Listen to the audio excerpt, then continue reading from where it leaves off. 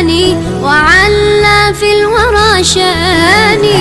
القرآن رباني وعلى في الورى شاني. أنا القرآن. الحمد لله نحمده ونستعينه ونستغفره ونؤمن به ونتوكل عليه ونعوذ بالله من شرور أنفسنا ومن سيئات أعمالنا. من يهده الله فلا مضل له ومن يضلل فلا هادي له.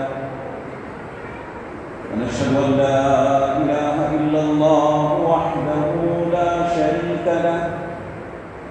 ونشهد أن سيدنا وسندنا وحبيبنا ومولانا محمدا عبده ورسوله. أما بعد فأعوذ بالله من الشيطان الرجيم.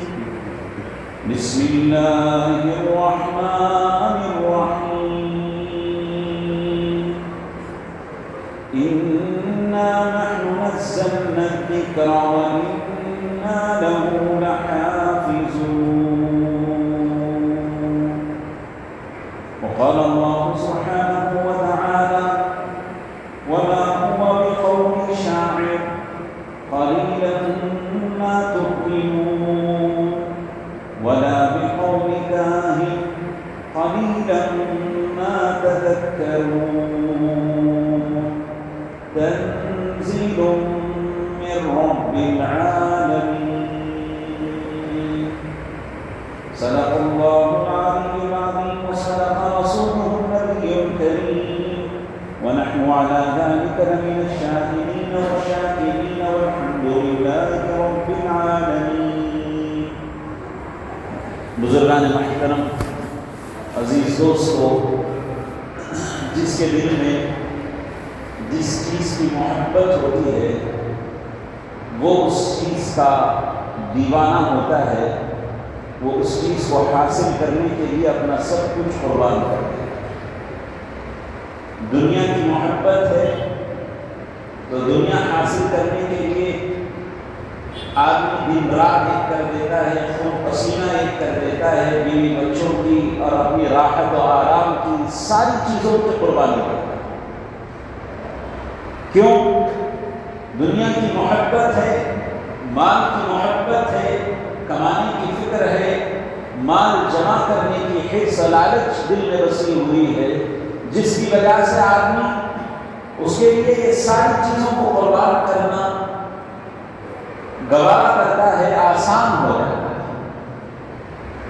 جس کے دل میں بیوی بچوں کی محبت ہوتی ہے وہ ان بیوی بچوں کے لیے اپنا سب کچھ قربان کرنے کے لیے تیار ہو جاتا ہے. جس کے دل میں اپنے ماں باپ کی محبت ہوتی ہے ماں باپ کے لیے اپنا سب کچھ لٹانے کے لیے آسانی سے تیار ہو جاتا ہے. لیکن میرے بھائیوں، یہ ساری محبتیں، یہ سارے تعلقات چند دنوں میں انسان سے ختم ہو جائیں گے. یہ انسان سے ہمیشہ باقی رہنے والے تعلقات نہیں ہیں. جیسے ہی موت آئے گی دنیا کا تعلق بھی ختم ہوگا. جسمان کو، گھر کو اور بڑی بڑی جائیدادوں کو بڑے خون پسینے سے کما کر جمع کیا تھا، بنایا تھا، ان سب کو چھوڑ کر اس دنیا سے اسے رخصت ہونا پڑے گا. ماں باپ سے بھی اسے جدا ہونا پڑے گا. جن ماں باپ نے اسے پالا پوسا، اپنے سے زیادہ ان اولاد کو انہوں نے چاہا، ان ماں باپ سے بھی اسے جدا ہونا پڑے گا. بیوی بچوں سے بھی جدا ہونا پڑے گا. ساری چیزوں سے دنیا میں جدا ہو کر یہ آخرت کا سبب طے کر موت کے منہ میں چلا جاتا ہے. آخر کار یہ سارے تعلقات انسان کے ختم ہو جاتے ہیں. صرف ایک تعلق انسان کا باقی رہتا ہے. وہ تعلق وہ ہے جو اللہ سے اس کا ہے. اگر وہ تعلق صحیح قائم کیا ہو اور وہ تعلق مضبوط اور استحکام کے ساتھ اس نے قائم کیا ہو تو وہ تعلق قبر میں بھی باقی رہے گا، حشر کے میدان میں بھی باقی رہے گا، اور ہمیشہ ہمیشہ زندگی میں باقی رہے گا۔ یہ ہمیشہ کی آخرت کی زندگی میں بھی یہ تعلق کام آنے والا ہے۔ دنیا کی جو عارضی زندگی ہے وہ تعلق اس دنیا کی زندگی کو بھی خوشگوار، خوبصورت، چین و سکون اور اطمینان کی زندگی دلائے گا۔ اور یہ تعلق اللہ کا بندے کو جب حاصل ہو جاتا ہے، اللہ کے رسول صلی اللہ علیہ وسلم کا جب تعلق بندے کو حاصل ہو جاتا ہے تو اسے اللہ تعالیٰ ایمان کی حلاوت، ایمان کی چاشنی، ایمان کی مٹھاس اس کے دل میں، اس کے جسم میں، اس کی زبان پر، اس کے بول میں، اس کے ہر عمل میں اللہ تعالیٰ پیدا کرتا ہے۔ حدیث پاک ہے، اللہ کے نبی صلی اللہ علیہ وسلم سے حضرت انس رضی اللہ عنہ روایت کرتے ہیں، ان انس رضی اللہ عنہ ثلاث من کن فیہ وجد بہن حلاوۃ الایمان، کہ تین چیزیں ایسی ہیں جو ان تین چیزوں کو پالے وہ ایمان کی حقیقی چاشنی کو، محبت کو، اس کی مٹھاس کو پالے۔ تین چیزیں حضرت انس فرمائے، یہ حضرت انس، اللہ ہمیں توفیق عطا فرمائے کہ ہم اپنے اکابر سے، اپنے بزرگوں سے، اپنے اولیاء سے اور اپنے علماء سے اور اپنے صحابہ سے، انبیاء سے، اللہ کے نبی سے ہمارا تعارف ہو۔ کتنے آج امت کے اندر ایسے افراد ہیں جن کو اولیاء اللہ کے واقعات کی حقیقی کوئی خبر معلوم نہیں، ان کی زندگی، ان کی سیرت ان کو پتہ نہیں۔ کتنے لوگ ہیں جن کو صحابہ کی زندگی، صحابہ کے نام تک معلوم نہیں۔ ان کو اگر کہا جائے کہ فلاں ٹیم کے نام بتاؤ تو آج کا نوجوان یہ ملک کی یہ ٹیم ہے، یہ ملک کی وہ ٹیم ہے، سارے نام گنا دے گا اور اس کے سارے ریکارڈ بھی بتا دے گا۔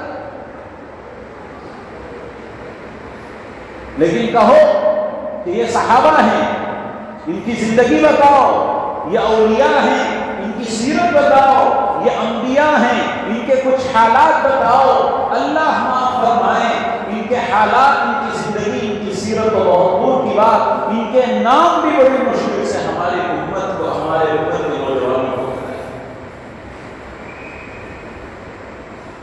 خود اللہ کے نبی صلی اللہ علیہ وسلم کا نام امت کا کتنا طبقہ ہے جو نہیں جانتا۔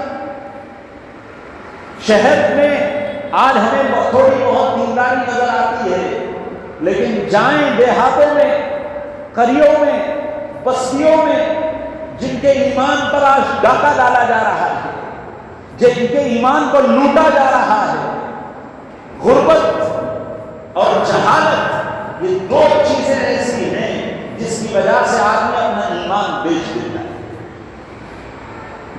آج دشمنان اسلام امت مسلمہ کے دونوں کمزوریوں کا بہت اچھا فائدہ اٹھانا جانتے ہیں کہ وہ غربت کو اور ان کی جہالت کو ذریعہ بنا کر ان کے ایمان کو لے رہے ہیں، ان کے ایمان کو خرید رہے ہیں، ان کی ضرورتیں پوری کر رہے ہیں۔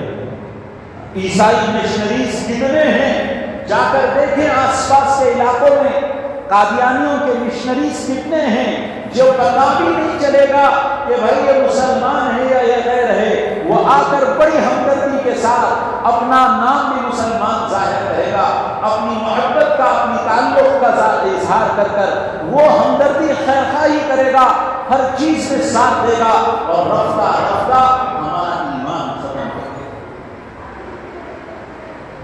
کتنے مسلمان جائیں دیہاتوں میں، دور کی بات نہیں ہے، ہم یورپ امریکہ کی بات نہ کریں، بنگلور سے 40-50 کلومیٹر آندھرا کے کچھ علاقوں میں چلے جاویں تو وہاں علاقوں میں ایسے گھر، بستیوں میں ایسے مکانات آپ کو ملیں گے کہ جہاں پر ایک ہی گھر میں مسلمان کے کعبۃ اللہ کی بھی تصویر ہے، وہیں پر بدھ کی بھی تصویر ہے۔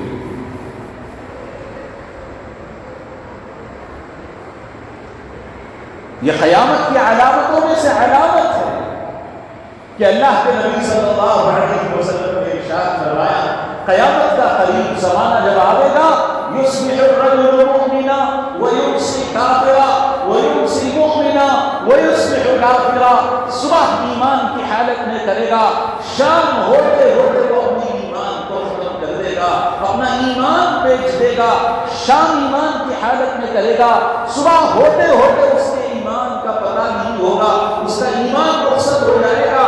ایمان کیسے رخصت ہوتا ہے وہ پتہ بھی نہیں۔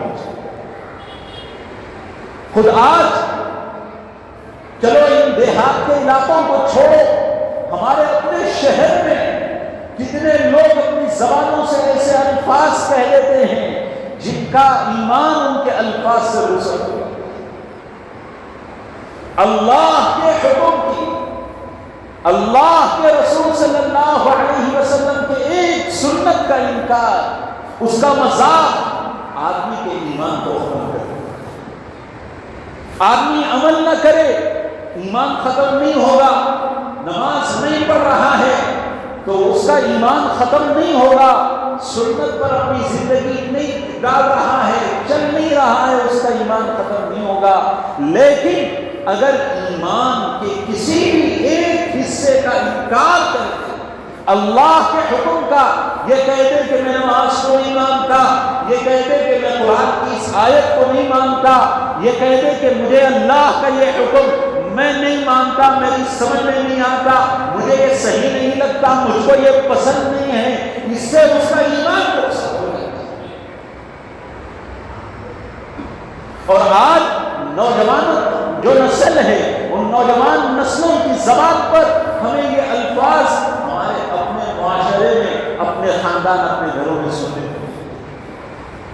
کہ مجھے دین کا یہ حکم پسند نہیں، مجھے اللہ کا یہ حکم پسند نہیں، مجھے پیارے نبی کی یہ سنت پسند نہیں۔ نعوذ باللہ من ذالک، اگر عمل نہ کرے کافر نہیں ہوگا، ایمان نہیں جائے گا، لیکن اگر یہ کہہ رہا ہے کہ مجھے یہ پسند نہیں تو اس کا ایمان پسند ہو جائے۔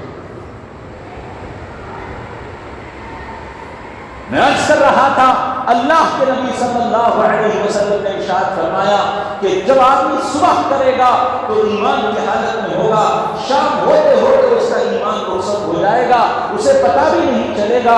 شام کرے گا ایمان کی حالت میں، صبح ہوتے ہوتے اس کا ایمان رخصت ہو جائے گا، اسے پتہ بھی نہیں چلے گا۔ یبیع دینہ بعرض من الدنیا، کہ دنیا کے چند سکوں کے لیے، دنیا کے چند عہدوں کے لیے، دنیا کے چند بول کی عزت کے لیے، چند دنوں کے مقام و مرتبے کے لیے اپنے دین کو بیچے۔ آج یہ سننے میں ہمیں مل رہا ہے، کوئی اذان پر کہنا چاہتا ہے، کوئی قرآن پاک کی آیتوں کو موضوع بحث بنا کر کہتا ہے کہ یہ جہاد کی آیت ہے، نعوذ باللہ قرآن پاک سے نکال دینی چاہیے۔ کوئی کہتا ہے کہ پردے کا حکم مجھے سمجھ میں نہیں آتا، یہ عورتوں کو بند میں ڈال دینا ہے۔ کوئی کہتا ہے کہ زکوٰۃ مجھ پر بھاری مالی معلوم ہوتی ہے۔ کوئی کہتا ہے کہ بھائی یہ جو حکم ہے یہ سنت ہے، یہ سنت کیوں، یہ حکم کیوں، یہ اس سے اچھے تو غیروں کے طریقے ہیں۔ نعوذ باللہ من ذالک، یہ ساری باتیں جب سنتا رہتا ہے ہمارا نوجوان، ایک بات سنیں، دو بار سنیں، تین بار سنیں، جب سنتے سنتے اس کے دل میں غیر شعوری طور پر، غیر محسوس طریقے پر اس کے ایمان کو یہ ڈگمگا، اس کے دل میں یہ شک و شبہ پیدا ہو جائے گا کہ یہ جو کہہ رہا ہے اس کی بھی کچھ حقیقت ہے، اس کی بھی کچھ اصلیت ہے۔ اللہ معاف فرمائے، آج ہمارا حال یہ ہو گیا کہ دین کے سلسلے میں جب کوئی دل میں سوال آتا ہے، اس سوال کو ہم پورا کرنے کی، اس سوال کے جواب کو معلوم کرنے کی اور اپنے دل کو مطمئن کرنے کی کوشش نہیں کرتے، صحیح علماء کے پاس نہیں جاتے، اپنے دل و دماغ میں جیسے آتا ہے ویسے ہی اپنے شکوک و شبہات کا حل نکالنے کی کوشش کرتے ہیں، یا یہ کہ اپنے شکوک و شبہات کو ویسے ہی رکھ کر اپنے دل کے اندر شکوک و شبہات کو پالتے رہے۔ ایمان اور یقین اور شک و شبہ یہ دونوں جمع نہیں ہو سکتے۔ قرآن پاک کی پہلی آیت نے اعلان کر دی ہے الف لام میم ذالک الکتاب لا ریب فیہ، یہ کتاب اللہ کی کتاب ہے، اس میں شک و شبہ کی کوئی گنجائش نہیں۔ جس کے دل میں شک پیدا ہوا، یقین اس کے دل سے رخصت ہو، یقین اس کے دل سے رخصت ہو۔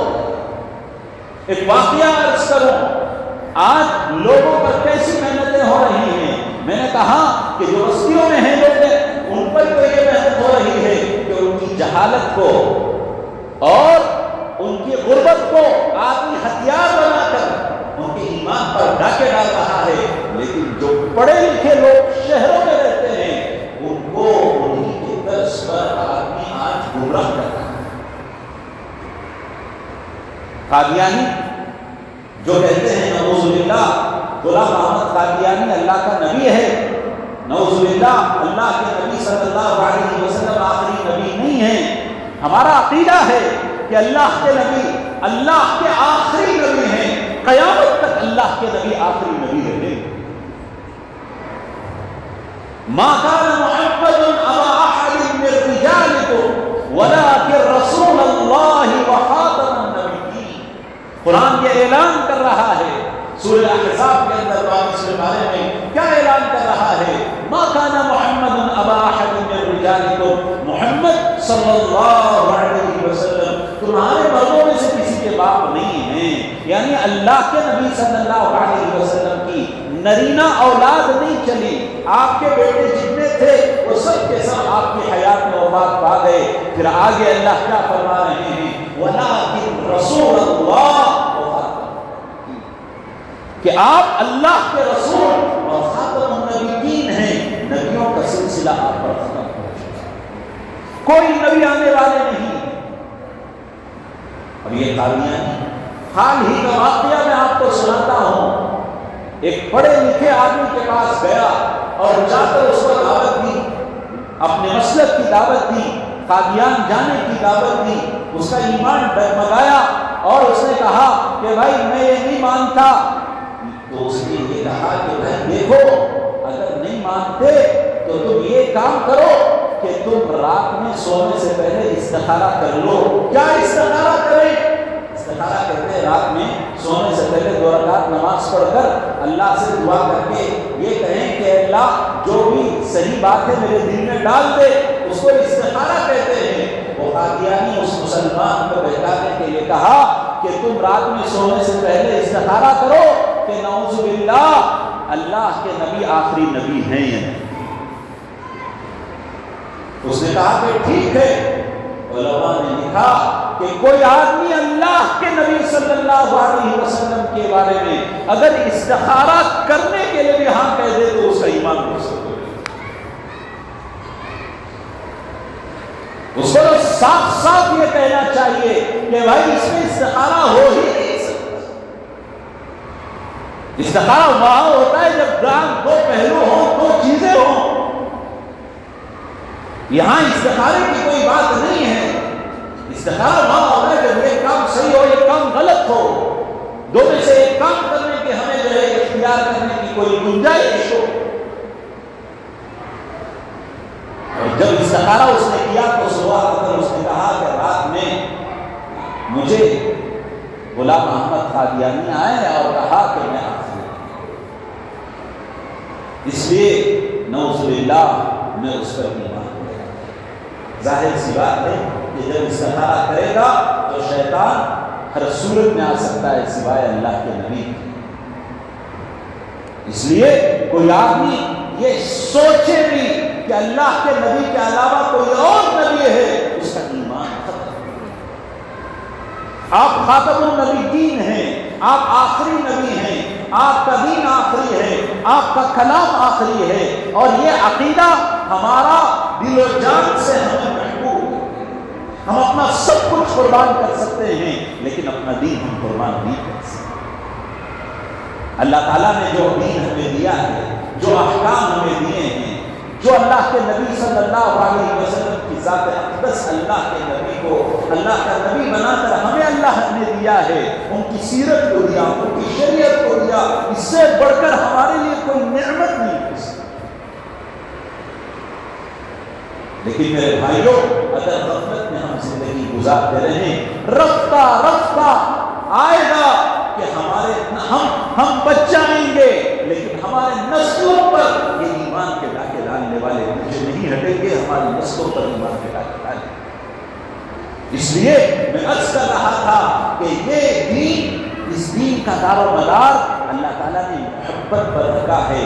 جتنا اللہ کی محبت، اللہ کے پیارے نبی کی محبت ہمارے دلوں میں ہوگی، اتنا ہی دین مضبوط ہوگا، مستحکم ہوگا۔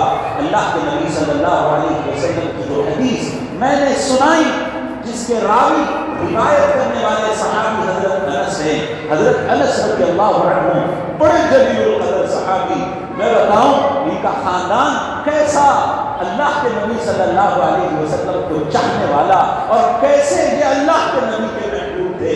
ان کے باپ ابو طلحہ اور ان کی والدہ ام سلیم، یہ تینوں اللہ کے نبی صلی اللہ علیہ وسلم پر سب کچھ لٹانے والے تھے۔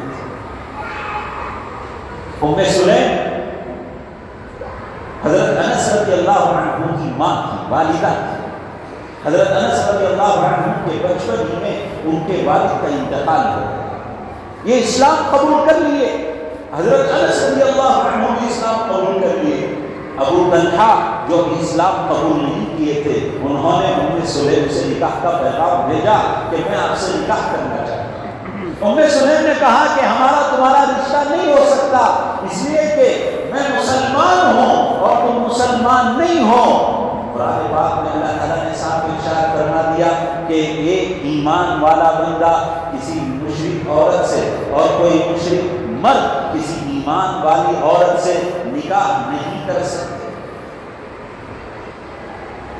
ابو طلحہ نے کہا کہ ٹھیک ہے کہ میں اسلام قبول کرنے کے لیے تیار ہوں۔ تو ام سلیم نے کہا کہ دیکھو، نکاح اسلام کا قبول کرنا میرے نکاح کے لیے نہ ہو، اسلام کا قبول کرنا اللہ اور اللہ کے رسول کے لیے۔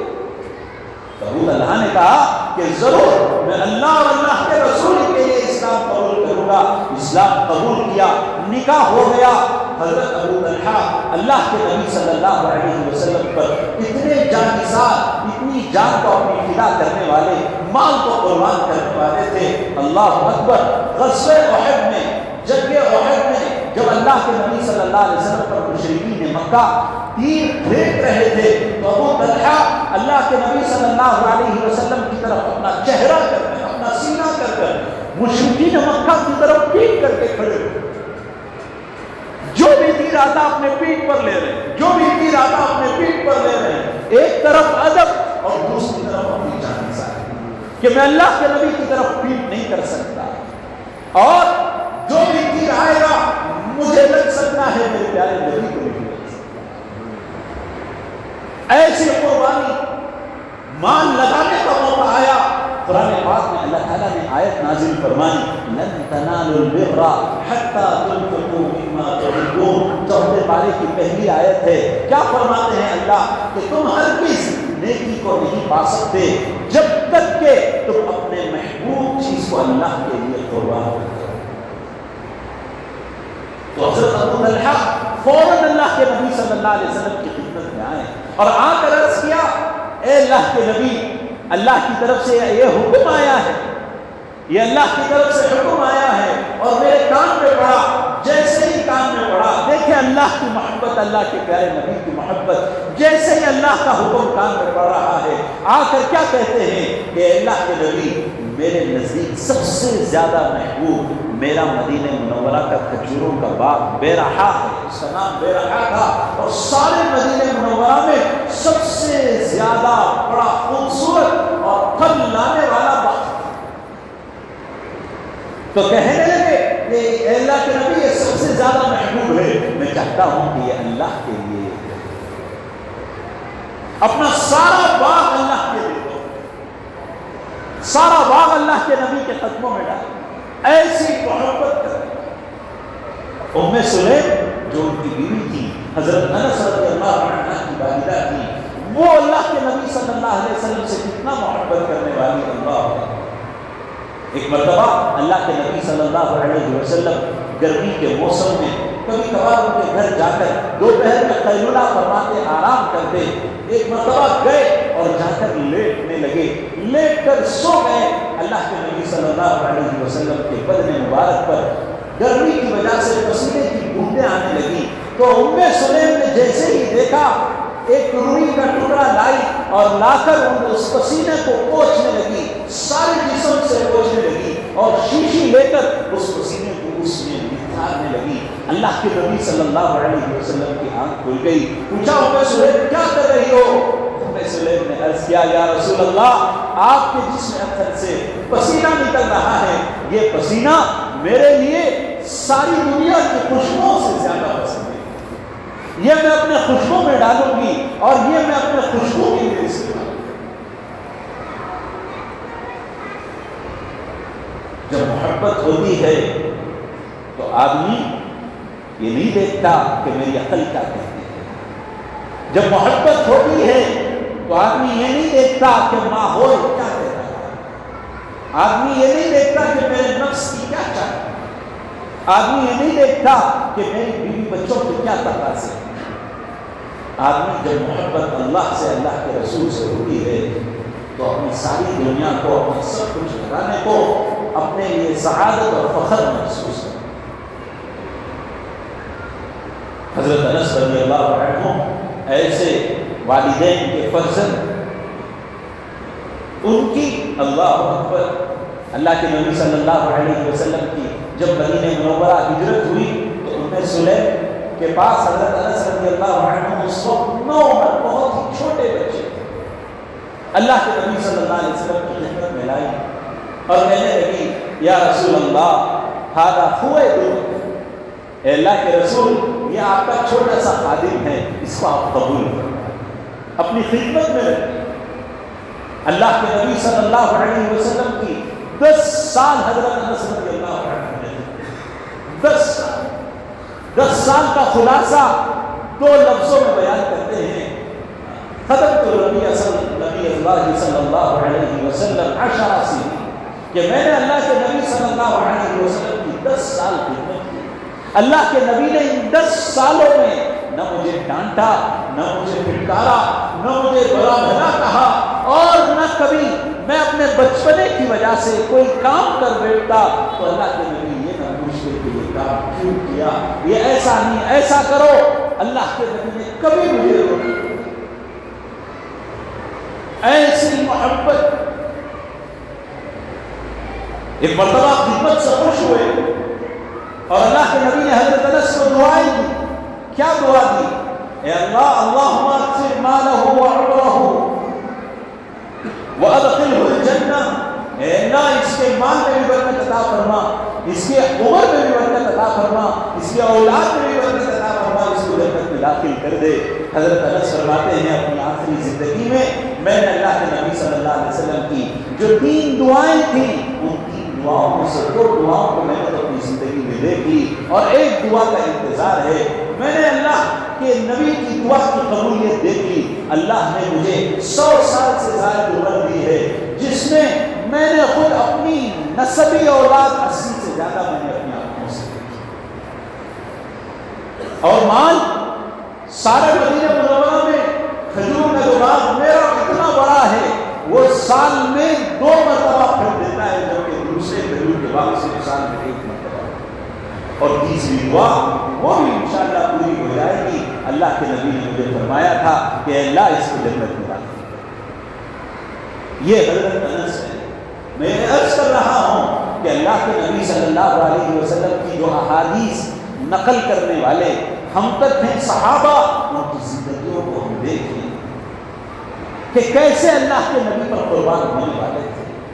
جس قربانی کی وجہ سے, جس محبت کی وجہ سے اللہ کے نبی اور اللہ کے احکام کو اپنی زندگی میں لانا ان کے لیے آسان. کیا فرما رہے ہیں؟ ثلاث, حضرت انس فرماتے ہیں 3 چیزیں ہیں من کن فیہ وجد بہن حلاوت الایمان, کہ جس کے اندر یہ پائی جائیں اس کی وجہ سے ایمان کی لذت, ایمان کی چاشنی, ایمان کی مٹھاس ہوگا. جیسے آدمی مٹھائی کھاتا ہے, میٹھا کھاتا ہے تو زبان میں مٹھاس پیدا ہو جاتی ہے. وہی کڑوا آدمی اگر کھا لے، ایک بار کھا لے تو اس کی کڑواہٹ آدمی کو کئی دن تک اپنی زبان میں ذائقے میں محسوس ہوتی ہے. میٹھا کھا لے تو اسی طور پر آدمی کی زبان شور و شکر ہو جاتی ہے. اس کی وجہ سے اس کے دل و دماغ میں اس کی مٹھاس کا اثر ہوتا ہے. جیسے یہ ظاہری مٹھاس آدمی کے زبان میں ہوتی ہے، دل و دماغ میں اس کا اثر ہوتا ہے، ایسے ہی ایمان کی مٹھاس، ایمان کی لذت ہے، ایمان کی چاشنی ہے. اللہ کے نبی فرمائے 3 چیزیں ہیں جس کے اندر یہ پائی جائیں ایمان کی لذت اسے مل جائے، ایمان کی مٹھاس اسے مل جائے. سب سے پہلی چیز کیا ہے؟ من کان اللہ ورسولہ احب الیہ مما سواہ، کہ اللہ اور اللہ کے رسول کی محبت پوری کائنات سے سب سے زیادہ، ساری کائنات میں، ساری مخلوق میں سب سے زیادہ محبت اللہ سے ہے.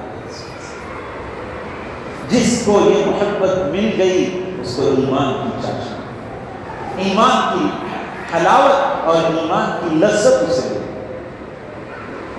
آج کل یہ جتنے اعتراضات سنتے ہیں، کوئی اذان پر اعتراض، کوئی قرآن پاک کی آیتوں پر اعتراض، یہ شبہات و شبہات تو اللہ کے نبی کے زمانے سے چلے آ رہے ہیں، کوئی آج کل کا واقعہ نہیں ہے.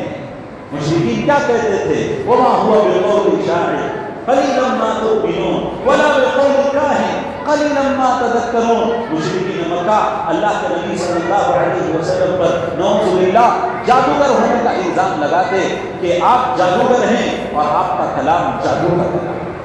نعوذ باللہ آپ کاہن ہیں. کاہن کہتے ہیں آسمان، ستارے اور زمین اور آسمان کی گردش کو دیکھ کر آگے کے حالات کو بتانے والا کاہن ہیں آپ، اور آپ کا کلام کہانت ہے. اللہ تعالیٰ فرمائے نہ آپ ساحر ہیں، نہ آپ کاہن ہیں، نہ آپ شاعر ہیں کہ آپ کا کلام ایسا شاعرانہ، نہ آپ کا کلام ایسا کاہنانہ، نہ آپ کا کلام ایسا جادوگر کا کہ جس کی وجہ سے کوئی آدمی یہ سمجھے کہ آپ کا کلام جادو کا ہے، کہ جس سے آپ جادو کر رہے ہیں. آپ کا کلام کہانت کا ہے کہ آپ آگے کی باتیں کر رہے ہیں. آپ کا کلام شاعرانہ ہے جس کی وجہ سے دلوں کے اندر آپ کا کلام ہر ایک کے دل کو موہ رہا ہے. نہیں، اللہ فرمائے ما هو بقول شاعر قلیلا ما تؤمنون. یہ کوئی شاعر کا کلام نہیں، تمہارا ایمان بھی کمزور ہے. ولا بقول کاہن قلیلا ما تذکرون. یہ کوئی کاہن کا کلام نہیں، تم سمجھتے نہیں. بلکہ کیا ہے؟ تنزیل من رب العالمین. یہ رب العالمین کی جانب سے اتارا ہوا ہے جس کے اندر کوئی شک و شبہ نہیں. قیامت تک جیسا یہ کلام ہے ویسا باقی رہے. لیکن یہ کلام کی عظمت کب ہوگی؟ جب وہ کلام جس کا کلام ہے اس کی عظمت اور اس کی محبت دل میں ہوگی تو اس کلام کی عظمت اور محبت بھی دل میں. آج دنیا والوں کی عظمت ہے، محبت ہے، تو ان کے کلام کی، ان کی باتوں کی محبت اور عظمت آتی ہے. قرآن کی کیوں عظمت نہیں؟ اللہ کی عظمت بھی ہوتی ہے. قرآن سے محبت کیوں نہیں؟ اللہ سے محبت کیوں نہیں؟ قرآن سے تعلق کیوں نہیں؟ جو اللہ سے تعلق ہے. جس کا تعلق اللہ سے جتنا زیادہ، اس کا تعلق اتنا ہی کلام الہی سے ہوگا. آج دیکھیں کہ قرآن اللہ معاف فرمائے ایک رسم کی چیز بنا ہوا ہے. مسلمان کو پتہ ہی نہیں کہ اس میں جو احکام اتارے ہیں وہ کیوں اتارے، کس پس منظر میں اتارے، اس کا کیا مطلب ہے، جس کی وجہ سے کوئی ایرا غیرہ، کوئی بے دین گمراہ آدمی جب قرآن پاک پر اپنی ذاتی مفادات کے لیے اعتراض کرتا ہے تو اس کی وجہ سے آدمی شروع و شبہات. قرآن آج رسول شادی کے موقع پر مخمل کے کپڑے میں بڑے اچھے سے سنوار کر اپنی بیٹی کے، اپنے بہن کے سر پر ڈال کر اسے بھیج دیا جاتا ہے، اور وہ دلہن لے جاتی ہے اپنے سسرال میں جا کر اپنے شوہر کے گھر میں رکھ کر وہ کلام جیسے اس کو رکھتی ہے، پھر وہ کسی کی وفات تھی تو وہ کلام الہی آتا ہے. کسی میت کو ایصال ثواب کرنے ہی کے لیے وہ کلام اٹھایا جا رہا ہے. نہ کلام الہی پڑھنے کی توفیق ہے، نہ سمجھنے کی توفیق ہے. ہم ان لوگوں پر کیا اعتراض کریں، ہم ان لوگوں پر کیا ہم ان کی مخالفت کریں، ان کا رد کریں. وہ تو بے ایمان ہیں جو قرآن کو اللہ کا کلام نہیں سمجھتے. ہم اپنا رونا روئیں، ہم اپنا حال تو دیکھیں کہ جو ہم کلام الہی پر ایمان رکھتے ہیں، ہمارا تعلق کلام الہی کے ساتھ کیسا ہے؟ کیا ہم نے کلام الہی کا حق ادا کر دیا؟ اللہ کے نبی صلی اللہ علیہ وسلم ارشاد فرماتے ہیں یہ قرآن اللہ کی طرف سے بڑا جھگڑالو بن کر آیا ہے. یہ اللہ سے جھگڑے گا بندوں کے خلاف. جو اس کی حفاظت کرے، جو اپنے سامنے رکھ کر زندگی گزارے گا، قیامت کے دن یہ اللہ کے سامنے کھڑے ہو کر کہے گا کہ اے اللہ، اس بندے نے راتوں میں میری تلاوت کی، دن میں مجھ پر عمل کیا اور مجھے سامنے رکھ کر اس نے زندگی گزاری. اے اللہ، میں اس وقت تک راضی نہیں ہوں گا جب تک کہ آپ اس کو جنت میں داخل نہ کریں.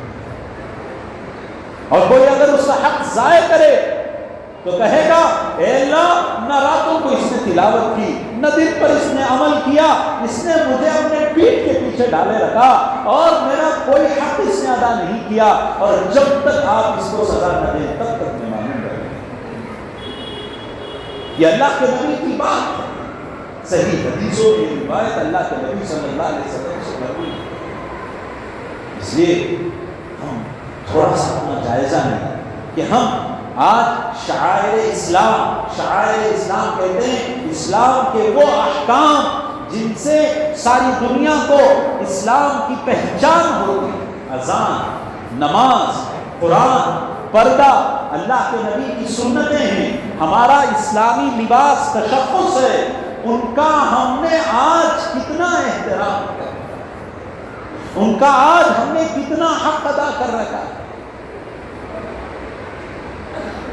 اگر ہمارے دلوں میں اللہ کے نبی کی محبت کا بیج ڈالا ہوا ہوتا، یہ بیج پڑا ہوا ہوتا، تو اس محبت کے پھل اگتے، اس بیج کے پھل اگتے کہ جس پھل سے قرآن پاک سے بھی اور حدیث پاک سے بھی، اللہ سے بھی، اللہ کے پیارے نبی سے بھی ہمارے دل کے اندر تعلق پیدا ہوتا ہے. یہ بیج اللہ کے رسول کی محبت کا جیسے ہمارے دلوں کے اندر پڑنا چاہیے، وہ یہ کوشش کر کے ڈالنے کی ضرورت ہے کہ اللہ کے رسول کی محبت ہمارے دلوں کے اندر راسخ ہو جاوے کہ کائنات میں کسی اور کی محبت ہے. تو سب سے پہلی چیز جس کے اندر اللہ ایمان کی حلاوت ڈالیں گے وہ کون ہوگا؟ جس کے اندر اللہ اور اللہ کے رسول کی محبت پوری مخلوق سے سب سے زیادہ. اور دوسرا وہ آدمی، اللہ کے نبی صلی اللہ علیہ وسلم نے ارشاد فرمایا جو کسی سے بھی تعلق قائم کرے وہ صرف اللہ کے لیے کسی سے محبت کر رہا ہے، چاہے اپنے ماں باپ سے کیوں نہ ہو، چاہے اپنی اولاد سے، اپنے بیوی بچوں سے کیوں نہ ہو، اپنے دوست اور رشتے دار سے کیوں نہ ہو. یہ تعلق اور یہ رشتہ بھی اللہ کے لیے، اپنے ذاتی مفادات کے لیے نہیں، اپنی دنیا کے لیے نہیں، اپنے جذبات کے لیے نہیں، بلکہ یہ تعلق بھی اللہ ہی کے لیے قائم ہو. یہ صحابہ کی زندگی ہمیں بتاتی ہے کہ ان کا اللہ اور اللہ کے رسول کے ساتھ کیسا رشتہ جڑا ہوا تھا کہ جس کی وجہ سے سارے تعلقات کی بنیاد اللہ اور اللہ کے رسول کی تعلق کی بنیاد پر. حضرت سعد بن ابی وقاص رضی اللہ عنہ بڑے جلیل القدر صحابی عشرہ مبشرہ میں ہیں جن کو اللہ کے نبی صلی اللہ علیہ وسلم نے دنیا ہی میں جنت کی بشارت سنائی، اور وہ مستجاب الدعا تھے. جو دعا مانگتے اللہ اس کو قبول کرے. جب یہ ایمان قبول کیے، ماں سے بڑی محبت، اور ماں بھی ان کو بہت چاہتی. ماں نے جب دیکھا کہ میرا دین چھوڑ کر اس نے دین اسلام کو قبول کر لیا تو کہا کہ جب تک تو اپنے دین سے، اسلام سے نہیں پھرے گا میں نہ کھاؤں گی، نہ پانی پیوں گی، نہ اپنے سر پر کوئی گھر کا کوئی بھی سایہ بھی نہیں لوں گی، بھوکی پیاسی مر جاؤں گی جب تک وہ اپنے دین سے نہیں. ایک دن گزرا، 2 دن گزرے، 3 دن، دن کے دن گزرتے گئے، لوگوں نے آ کر سعد بن ابی وقاص کو کہنے لگے کہ کیسے بیٹے ہو، ایسی ماں جو اتنی محبت تم سے کرنے والی ہے، اس ماں سے ایسا برتاؤ کر رہے ہو، تمہارے اندر ماں کا احترام نہیں، ماں کی محبت نہیں، فرمانبرداری نہیں۔ حضرت سعد بن ابی وقاص سب کی باتیں سن کر ماں کے پاس جا کر کان میں کہنے لگے کہ ماں سن لے، تیری محبت میرے دل میں، تیرا احترام میرے دل میں، لیکن اللہ اور اللہ کے رسول سے اگر مجھے چھڑانا چاہے تو تیرا میرا کوئی تعلق نہیں، تو مر جائے مجھے کوئی فکر نہیں، میں اللہ اور اللہ کے رسول کے دین سے نہیں۔ آخرکار ماں کو مجبور ہونا پڑا، ماں نے گھٹنے ٹیک دیا اور آ کر اس کو زبردستی کھلایا پلایا گیا، گھر میں لایا گیا۔ یہ دین سے نہیں پھرے۔ قرآن پاک میں اللہ نے انہی کے سلسلے میں آیتیں اتار دی، وَصَّيْنَا الْإِنسَانَ بِوَالِدَيْهِ إِحْسَانًا۔ کیا فرما رہے ہیں؟ کیا فرما رہے ہیں؟ فرما رہے ہیں کہ ہم نے انسان کو وصیت کی ہے، یہ تاکید کی ہے کہ اپنے والدین کا احترام کریں، عزت کریں، ان کے ساتھ احسان کا معاملہ کریں، لیکن اگر وہ تمہیں اللہ اور اللہ کے حکم سے پھیرنے کی کوشش کرے تو پھر ان کی اطاعت تمہاری زندگی۔ تو سارے تعلقات کی بنیاد اللہ اور اللہ کے رسول کی بنیاد پر۔ پھر تیسری بات کیا فرمایا اللہ کے نبی صلی اللہ علیہ وسلم نے؟ تیسری بات فرمایا کہ اس مسلمان کو کفر کی طرف لوٹنا ایسا ہی ناگوار ہو جیسے آگ میں کودنا نہ۔ جو یہ تین چیزیں پالے اس کو ایمان کی حلاوت مل جائے۔ اللہ سے دعا ہے اللہ تعالیٰ ایمان کی حقیقی لذت، چاشنی، ایمان کی حلاوت اور مٹھاس ہم میں سے ہر ایک کو عطا فرمائیں، ساری امت مسلمہ کو عطا فرمائیں۔ اللہ اور اللہ سے رسول کی محبت ہمارے دلوں کے اندر حاصل فرمائیں۔ اللہ کا ہر حکم، اللہ کے پیارے نبی کے ہر طریقے سے ہمیں محبت کے ساتھ، عقیدت کے ساتھ، عظمت کے ساتھ اس کو اپنی زندگی میں لانے کی اللہ ہم سب کو توفیق نصیب فرمائیں۔ اللہ تعالیٰ ہمیں عمل کی توفیق نصیب فرمائیں۔ آمین وآخر دعوانا الحمدللہ۔ السلام عليكم. لا تنسوا الاعجاب بالفيديو والاشتراك في القناة تشجيعا لنا لنستمر بنشر المزيد إن شاء الله.